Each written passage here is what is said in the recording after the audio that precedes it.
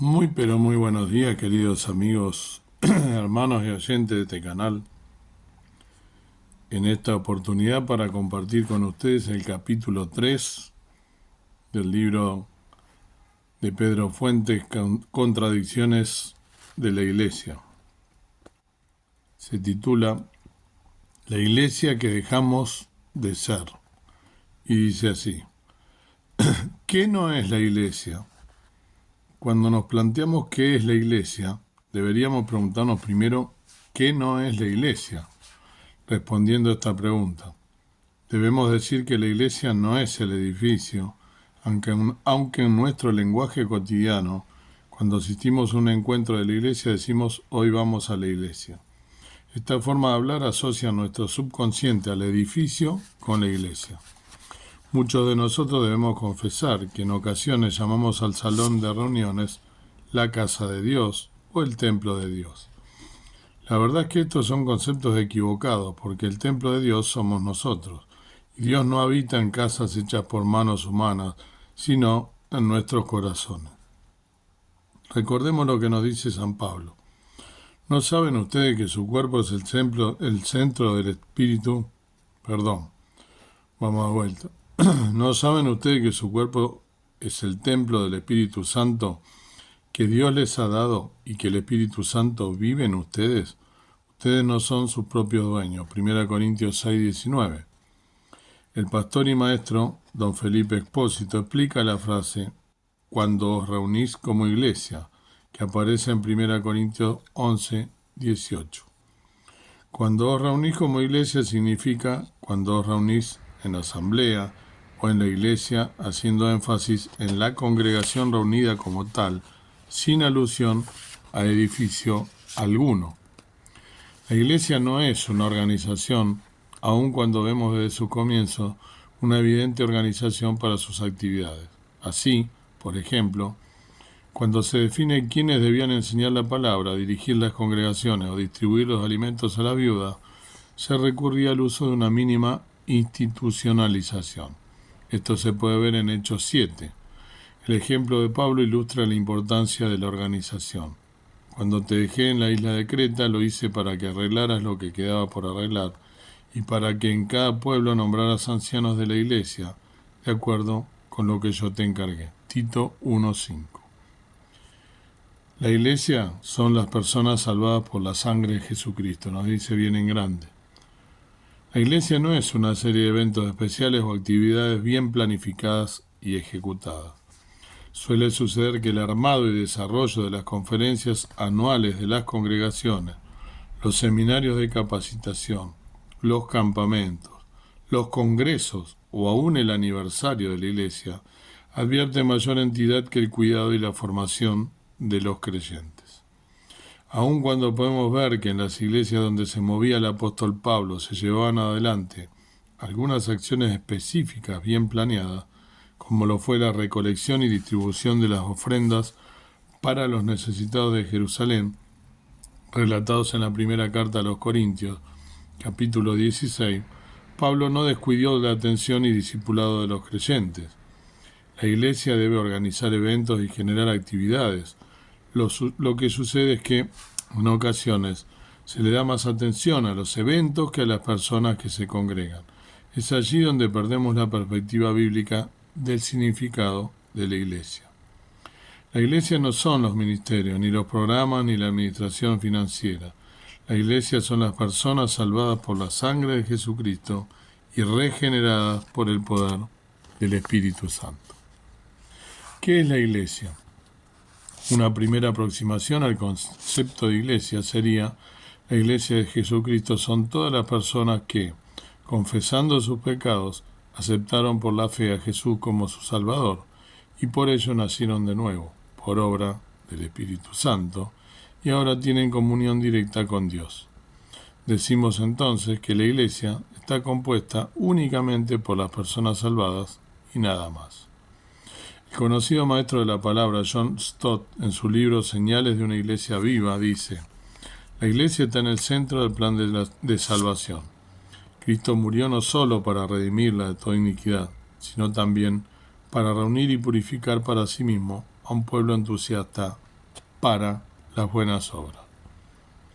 La iglesia es propiedad de Jesucristo.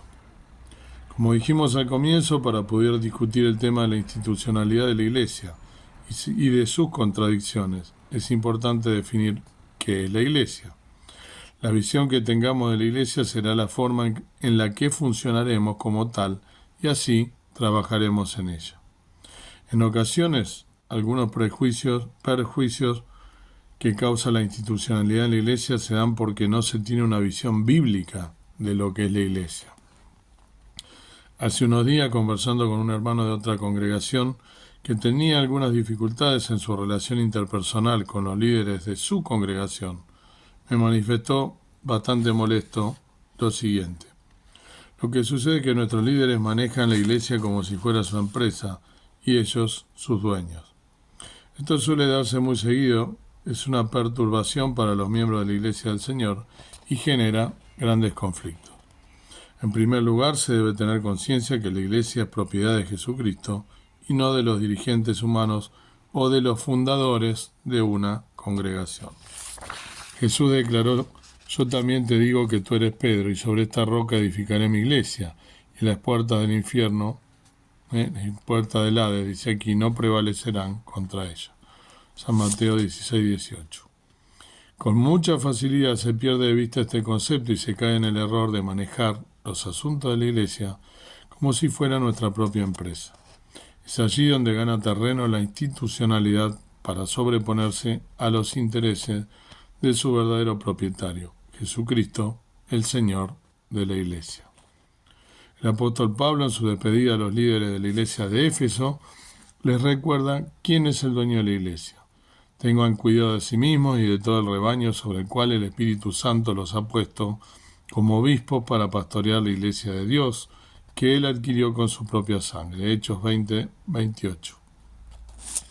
La iglesia es administrada por siervos del Señor. Es importante que tomemos conciencia de que la iglesia es administrada por personas quienes, guiadas por el Espíritu Santo y reconocidas por la congregación, lideran, organizan y administran las acciones que se desarrollan en la comunidad de fe. El apóstol lo enseña así en la carta a los Corintios: así pues, téngannos los hombres por servidores de Cristo y administradores de los misterios de Dios. Ahora bien, se requiere que los administradores, que cada uno sea hallado fiel. 1 Corintios 4, 1 y 2. Perdón. El administrador es alguien que, sin ser el dueño, debe procurar cuidar los intereses de su señor, sabiendo que debe rendir cuentas de su accionar.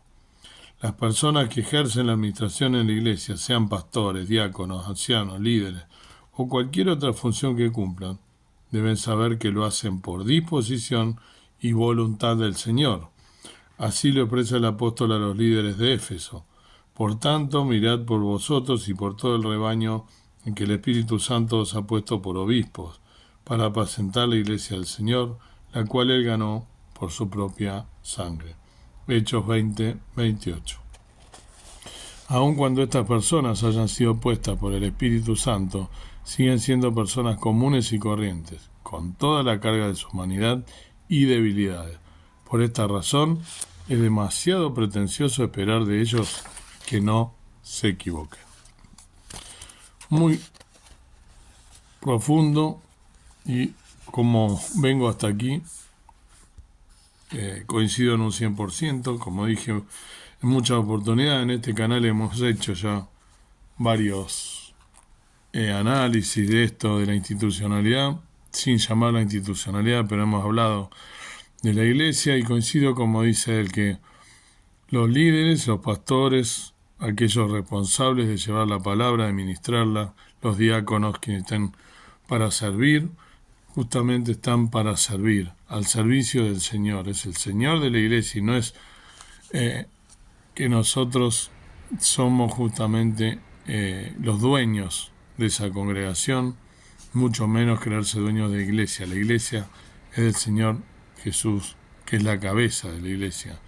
Él es quien con su sangre preciosa nos ha hecho libres, nos ha redimido, nos ha salvado y somos renacidos por mérito suyo y no nuestro. Por lo tanto, no tenemos derecho absolutamente a nada, simplemente a servir al Señor y a servir a los demás en la congregación. La iglesia somos cada uno de aquellos que hemos reconocido que somos pecadores, que sin Cristo nada podemos hacer, que le hemos aceptado como nuestro Salvador y el Señor de nuestra vida, por lo tanto vivir una vida acorde a ello. Que tengamos bien en claro entonces que la iglesia no es el edificio, no es el templo, no es el lugar a donde nosotros asistimos, sino que la iglesia somos todos, aquellos renacidos, y que la cabeza de esa iglesia es Cristo, y que todos nosotros somos seres humanos, y como dice al final, que obviamente nos vamos a equivocar y se van a equivocar los líderes. Por lo tanto, como vuelvo a repetir, como muchas veces ya he dicho en este canal, apropiándome de las palabras de un pastor muy conocido, que nosotros, si no queremos estar defraudados, no tenemos que confiar absolutamente en nadie, solo en Jesús, solo en Dios, el único que no nos va a defraudar. De ahí para abajo, todos somos falibles y todos tenemos errores.